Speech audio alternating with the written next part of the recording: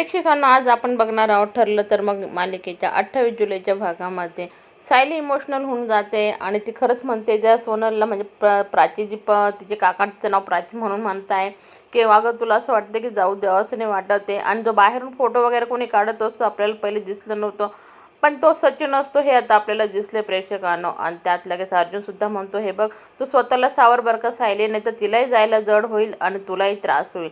आणि मग सर्वजण बाहेर निघताय आणि मग तिला सोडून येत आणि त्याच्यानंतर मग मधुभाऊ सायलीला म्हणत असता सायली हे सर्व तुझ्यामुळे शक्य झालं रे बाळा, कारण आज तुझं काय नाव झालं आणि लगेच एक मुलगी तिच्या घरी पोहोचली सुखरूप.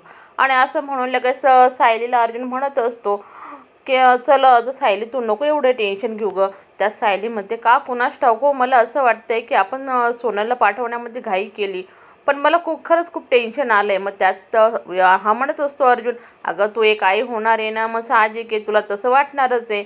आणि इकडं मात्र सर्वजण श्वेताच्या फोनची वाट बघत असता आणि पटकन काय श्वेता फोन करून सांगते आणि ती हवालदारी नसते ना ती प्रियाला फोन द्यायला येते आणि श्वेता तिला सांगते हे बघ अगं जो आपला फुल प्लॅन होता ना तो एकदम सक्सेसफुल झाला आहे. आणि ते सर्वजण सोनलला घेऊन गेले इथून तिथे ते इन्स्पेक्टर वगैरे काका. आणि काय ट्रेनिंग दिली होती का तू, अगं असं म्हणजे ते वाटलंही नाही ते नकलीच असतील असं म्हणून. आणि ते तिकडं चालले गेले, इकडे सर्वजण जयघोष करत आहे प्रियाच्या नावाचा, नागराज, राकेश, सचिन. आणि इकडं सायलीनं लहान्या गौरीला ना प्रिन्सेसला खाऊ घालत असते, पण खाऊ घालत असताना मग ती विचारामध्ये असते ना तर तिचा हात वाकडा तिकडा होतोय आणि गौरीचा पूर्ण चेहरा भरून जातोय प्रेक्षकांना. आणि दोघंही मस्त का हसताना दिसतंय आपल्याला. आणि तितक्यात अर्जुन येतोय आणि अर्जुन लगेच पुन्हा सायली तोच विचार करते. हे बघा असं वाटतं ना खरंच सर्वांना प्रत्येकाचं घर मिळायला पाहिजे. आणि मला खरंच आनंद आहे की आज सोनलला तिचं घर मिळालं, तिच्या आईवडिलांपर्यंत ती पोहोचली.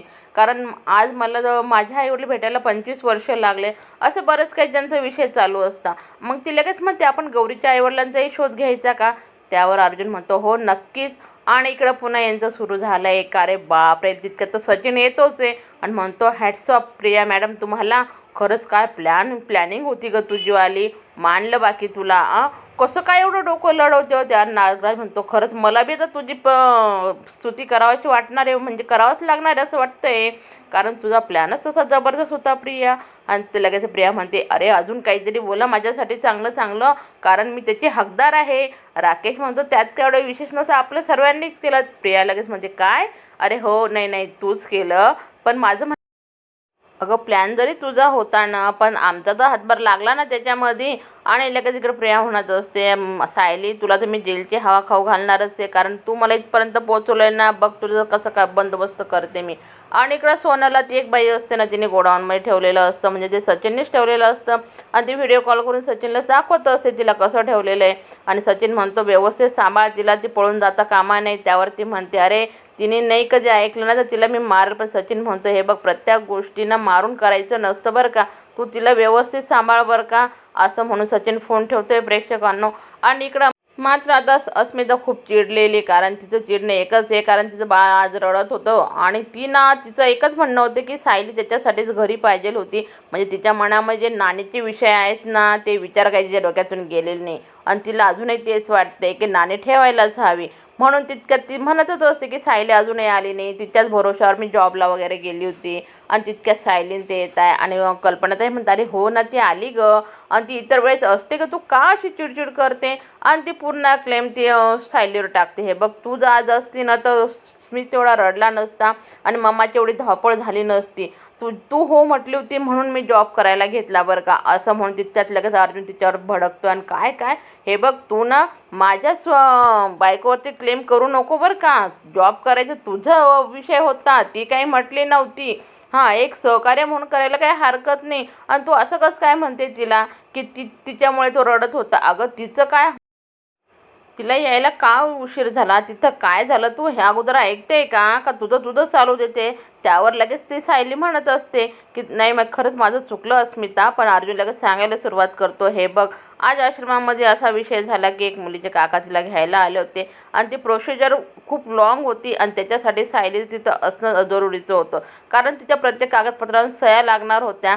हे ऐकून थोडीशी अस्मितासुद्धा टेन्शनमध्ये येते आणि मग स्वतःलाच पश्चाताप करायला लागून जाते. आणि सर्व ऐकल्यानंतर सायली तिच्या जवळ येते आणि हे बघ खरंच माझं चुकलं, पण मी काय करते, मी उद्याकडं काही जाणार नाही आणि मी दररोज काही जाणार नाही गं तिथं, ते उगाच काही काम असलं तरच जाणार. त्यावर लगेच अस्मिता म्हणते, म्हणजे एक दिवस राहायचं मग परवाचं काय, त्याच्यासाठीच मी म्हणते एखादी नाणी ठेवायला काही हरकत नाही ना.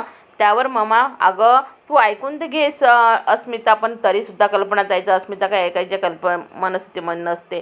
पण लगेच विमलताई येतात म्हणता, अस्मिताताई अहो तुम्ही काही टेन्शन घेऊ नका, आम्ही सर्व व्यवस्थित सांभाळतो तिला आणि त्याला काहीच टेन्शन नसतं. पण तरीसुद्धा अस्मिता काही ऐकत नाही प्रेक्षकांना. पण तिचं पुन्हा येऊन जाऊन तेच असतं की नाही ना, मामाची धावपळ होते, मग मामाचे गुडघे दुखत आहे.